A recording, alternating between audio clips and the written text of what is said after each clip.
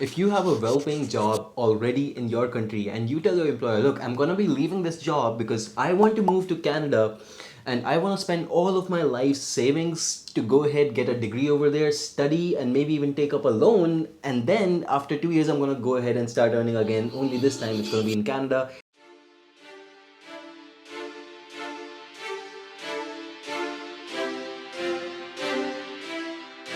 That might sound a little bit ridiculous if you're already someone who is in the industry for the last 5 to 10 years, right? It doesn't make a lot of sense, and it is an ordeal spending your life savings and sometimes even taking up a loan just to move to a different country. And God forbid, if you don't get your return in that case, it's an even bigger penalty. So in this video, I'm going to be telling you how you can move overseas to Canada without actually being in Canada.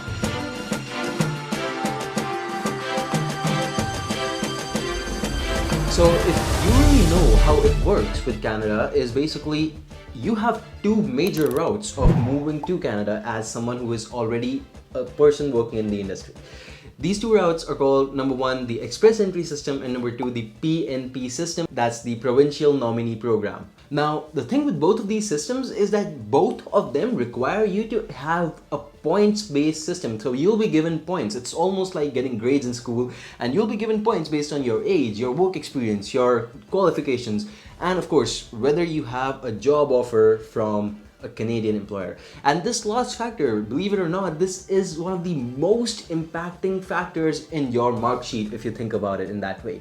So your points can be extremely high, and your chances of moving to Canada with these grades, with these points, it's extremely high if you can just secure a job. Everything else, mostly you will be able to get anyway, right? Your age, your qualifications, that's not something you're going to be changing very soon. But however, if you are someone who's working in the industry and you want to move to Canada, well, you can improve your points by getting a job offer. And in this video, I'm going to be teaching you exactly how you can go about your job search even if you have never set foot in Canada before. So, before we actually begin the job search and I tell you exactly what is what, let me actually give you 5 key pointers over here which will be your friends throughout the process. You may even write these down, they are literally that important. Point number 1 is to focus on building your network. Don't just go ahead and ask someone who is in Canada, look, I need a job. No, that is not how it works. If that's how you think about it, really, you may want to reconsider your point of view of how a network is built, because you actually have to go ahead and introduce yourself. You have to see what the other person is doing, what their company does, and really just talk to them. Make a general understanding of, okay, well, you do this and I also do this, so I think we may be a good fit. But again, you don't have to throw it in their face to actually make them see that, oh, this guy is actually a compatible worker, right? Even if you're just building your network, it can be a huge asset for later on when that employer is looking for people for jobs related to whatever you do, and they would remember that, hey, remember I talked to this person on LinkedIn before and I think that he may be a good fit to come here and work with us. So try and build that network for yourself.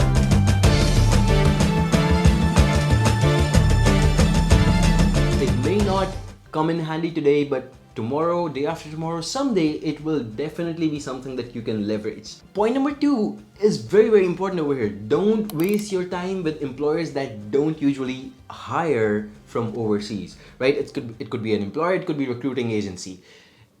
I know that they must be located in Canada. However, you should also see whether they hire people from overseas very, very often, because if they do not, you're probably wasting your time building a network with them. Next part is to focus on jobs that are not located in the most popular areas in Canada, areas like Toronto, Ontario, or areas like British Columbia. See, the areas you can really go onto, and it's completely okay to go to an area in the beginning which may not be the best location in Canada. In fact, it could even be one of the most remote locations in Canada.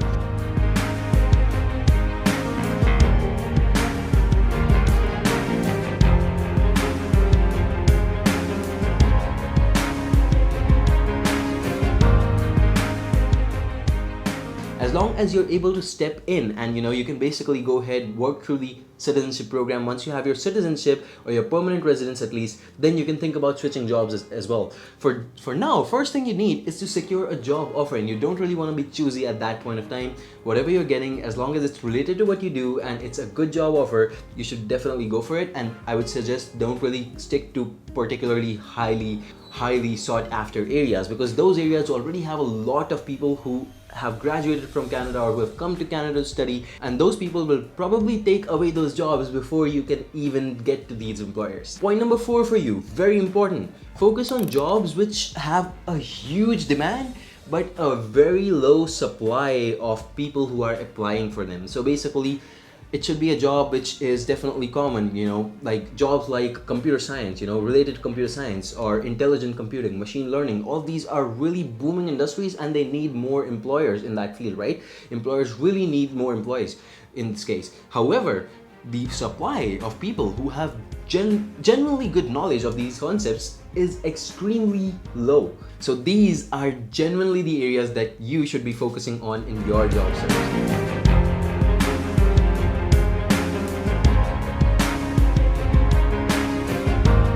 And finally, point number 5 for you, very important: make sure to cater your resume to the position you are applying. Make sure to read the job description. Biggest mistake people do all the time, whether they apply to jobs in my company or I've seen them apply to other companies, they just keep on pushing the apply button and they move on. They don't even read the job description. That's a huge mistake. Make sure to read it. Make sure to tailor-make your resume as per the job description, really. You want to show them that you are the ideal fit? Well, do your research, do your homework, mate.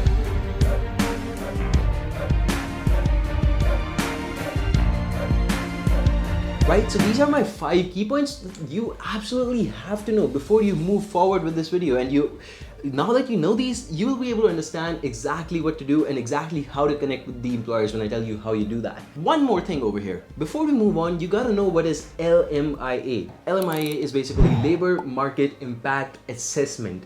Now, what does this mean? This basically means that your employer has to prove to the Canadian government that, look, we have tried looking for all of these machine learning employees all over Canada, but we're not able to find a citizen or even a permanent resident or even someone who studied in Canada. We're not able to find anyone, and we have found a candidate who is from maybe Russia, maybe India, whichever country you are from, right?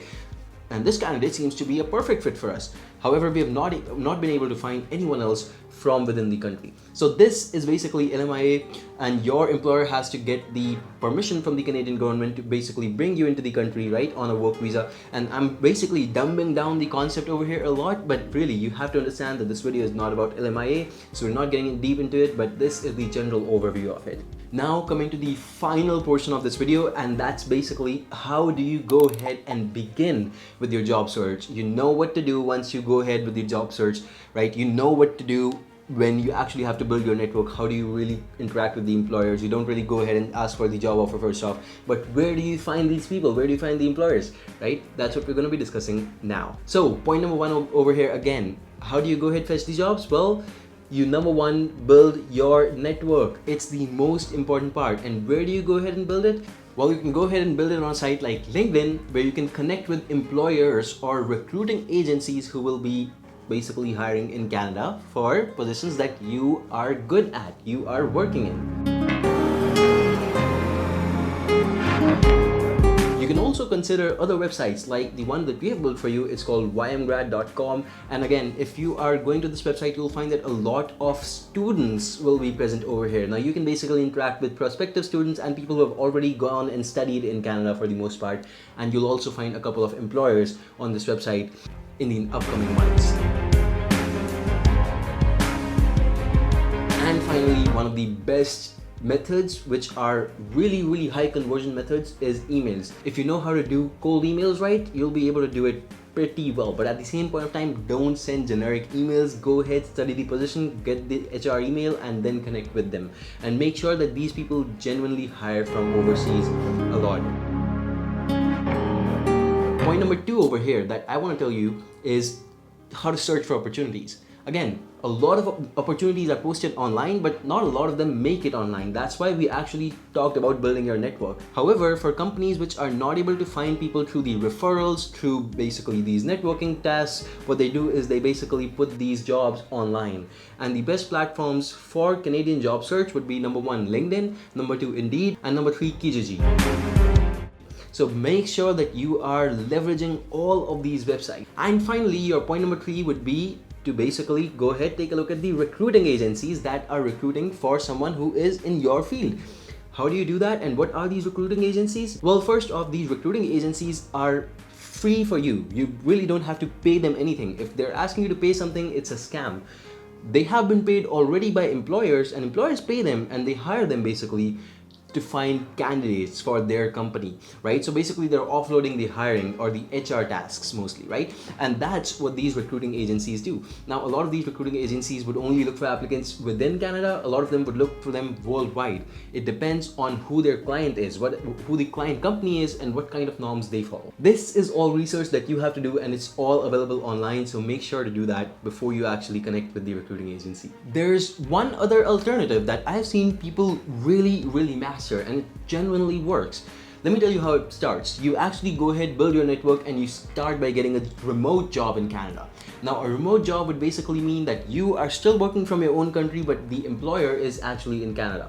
Finally, at the end of the day, once they really believe in your capability to contribute to the team and they really want you in the company for the long term, what they'll usually want to do is that they'll offer you to come to Canada, and they would want to file the LMIA petition for you. So this is something that a lot of people have already succeeded in. Of course, apart from this, if you have any other connections, right? Network is the most important part. If you have family members, if you have other school friends, people who have already migrated to Canada, right? They may be the best people to help you again, because those people will be able to give you referrals. But for the most part, everything I've explained in this video should be very clear, and you should be ready to start with your job search right now.